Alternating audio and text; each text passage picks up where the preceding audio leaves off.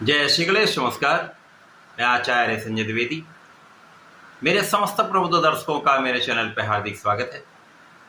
प्रिय दर्शकों, आज मैं मकर राशि का अक्टूबर माह का मासिक राशिफल लेकर आपके सम्मुख उपस्थित हूँ। अक्टूबर माह में जो ग्रहों की स्थितियाँ बन रही हैं, जो ग्रहों के परिवर्तन होंगे, वो इस माह में आपको किस प्रकार का लाभ देने जा रहे हैं, किन भावों में प्रगति होगी, इस समय में आप कितना लाभ ले पाएंगे, आपके स्वास्थ्य के परिप्रेक्ष्य में, आपके धन के परिप्रेक्ष्य में, कार्यक्षेत्र के परिप्रेक्ष्य में, ज्ञान शिक्षा संतान के परिप्रेक्ष्य में ये माह कैसा रहने वाला है, वैवाहिक पक्ष कैसा रहेगा, भाग्य का कितना साथ मिलेगा, इस माह में कुल मिलाकर आप कितना लाभ लेने जा रहे हैं, क्या कहीं पर कोई समस्या है, इसका क्या निराकरण है, संपूर्ण विश्लेषण मैं पूर्ण तरीके के साथ करने जा रहा हूं। प्रिय दर्शकों, इस राशिफल को आप अपने लग्न राशि तथा चंद्र राशि दोनों के अनुसार देख सकते हैं। मकर राशि के लिए यदि हम स्थितियों का अवलोकन करें तो आपके द्वितीय भाव में शनिदेव का गोचर चल रहा है, जो वक्रीय अवस्था में है। आपके पंचम भाव में गुरुदेव बृहस्पति होंगे। आपके तृतीय भाव में पराक्रम के भाव में राहु का गोचर चल रहा है। इसी प्रकार से आपके षष्ठम भाव में मंगल होंगे।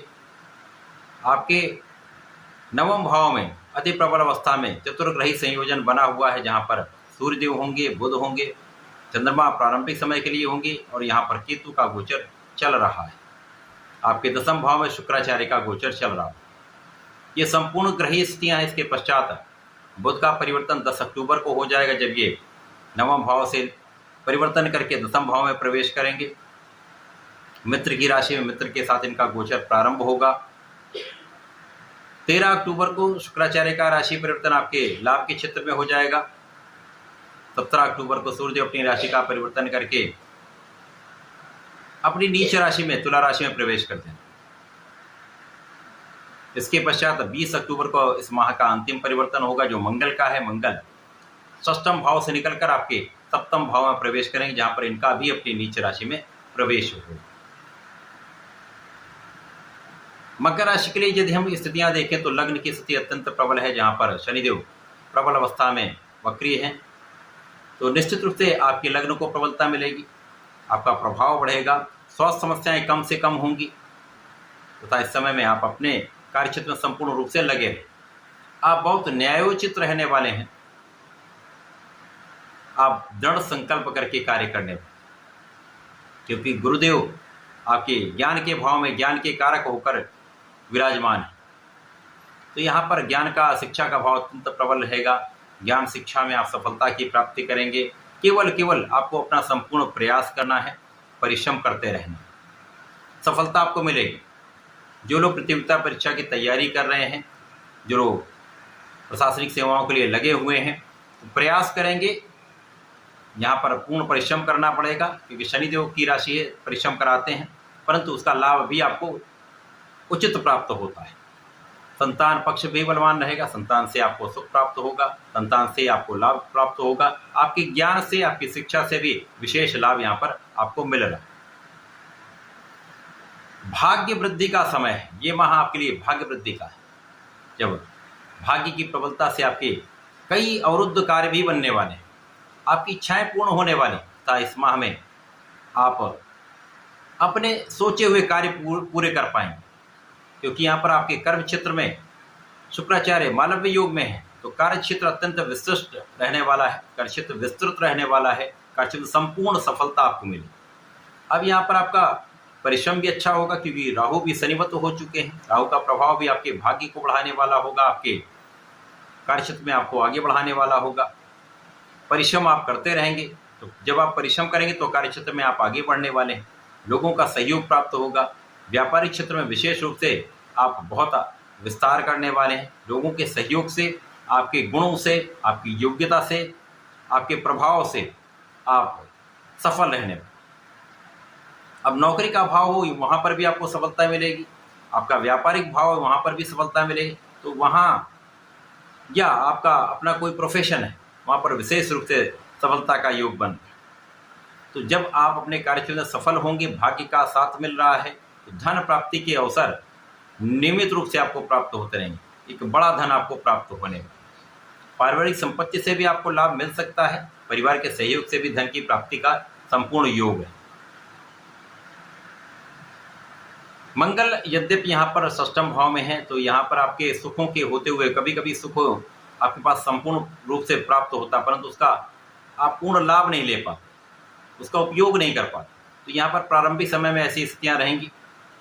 इसी प्रकार से आपको इस समय किसी को धन अधिक मात्रा में उधार देने से बचना होगा। लेकिन यदि आप ऋण लेने का प्रयास कर रहे हैं, यहाँ पर आपके प्रयास में आपको सफलता मिल सकती है। लेकिन इस समय आप विवादों से बचें, स्वार्थी मित्रों से बचें। किसी भी प्रकार का विवाद आपको कानूनी समस्याओं में डाल सकता है।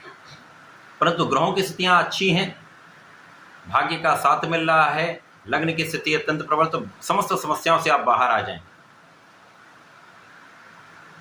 अब यहाँ पर स्वास्थ्य समस्याएं कम से कम होंगी, आध्यात्मिक गुण आपका बढ़ जाएगा। आध्यात्मिक कार्यों से, कर्मकांड के कार्य से विशेष रूप से एक बड़ा लाभ आप लेने जाएं।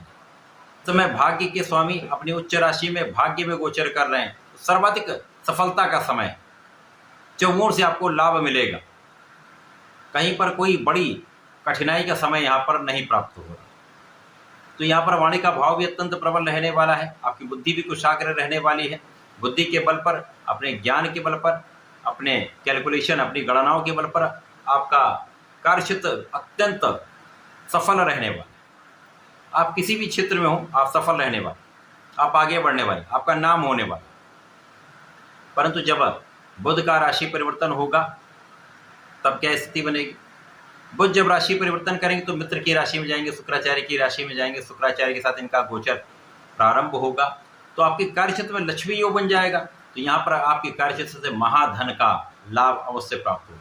नए नए अवसर आपको प्राप्त होंगे, नए नए आइडियाज आएंगे। इसी प्रकार से कला क्षेत्र के लोग जो हैं, जातक हैं, उनके लिए बड़े अवसर मिलने वाले हैं। कई कॉन्ट्रैक्ट की प्राप्ति हो सकती है। जो लोग वाणी से संबंधित कार्य करते हैं उनके लिए बड़े अवसर मिलने वाले हैं। तो ये अत्यंत विशेष समय है जब शुक्राचार्य का राशि परिवर्तन लाभ में हो जाएगा। तो यहाँ पर आपके ज्ञान के क्षेत्र से, क्योंकि गुरु और शुक्र का 180 डिग्री पर दृष्टि संबंध बनेगा, दोनों गुरु हैं, जिसके कारण आपका ज्ञान विशिष्ट हो जाएगा, ज्ञान विस्तृत हो जाएगा, संपूर्ण सफलता मिलेगी।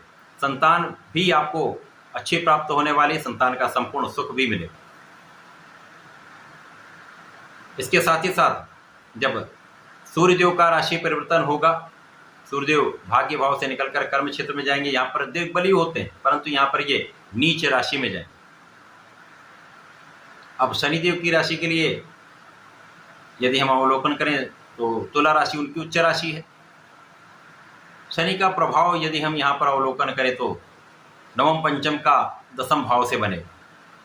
शनिदेव यहाँ पर हैं, शनिदेव का प्रभाव नवम पंचम का आपके कार्यक्षेत्र से, तो कहीं ना कहीं शनिदेव का नवम पंचम का संबंध आपके कार्यक्षेत्र को संभाले रखने वाला है। यद्यपि यहाँ पर सूर्य पहुंचेंगे, उच्चाधिकारियों से मतभेद प्रारंभ होंगे, एक तनाव प्रारंभ हो जाएगा। इसी प्रकार से आपके अहंकार के कारण, आपके ईगो के कारण आपके सहकर्मियों के साथ बात बनती नहीं है, कहीं ना कहीं कुछ विवाद की संभावना बढ़ती है।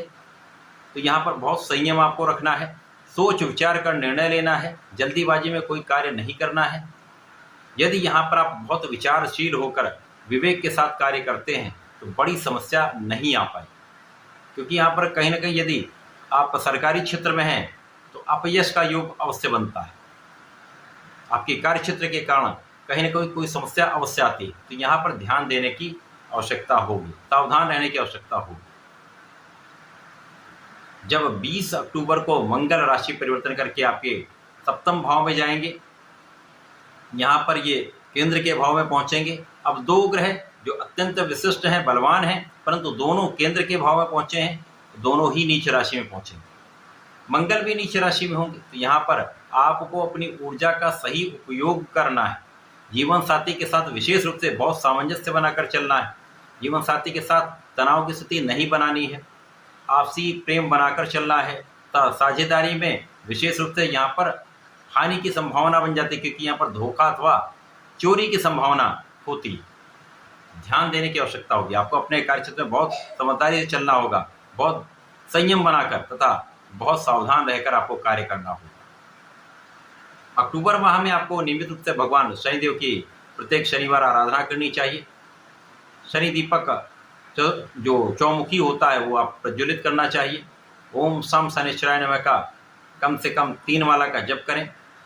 इसी प्रकार से प्रतिदिन भगवान शंकर मोचन की शरण में रहकर हनुमानाष्टक करें, हनुमान चालीसा करें तथा गणपति जी का संकट नाशन गणेशोत्तम करेंगे तो विशेष लाभ मिलेंगे। बुद्धि बल अत्यंत तीक्ष्ण रहेगा, समस्याओं से आप बाहर निकलेंगे। तो ऐसा करके समय का उपयोग करें, लाभ लें। धन्यवाद, नमस्कार।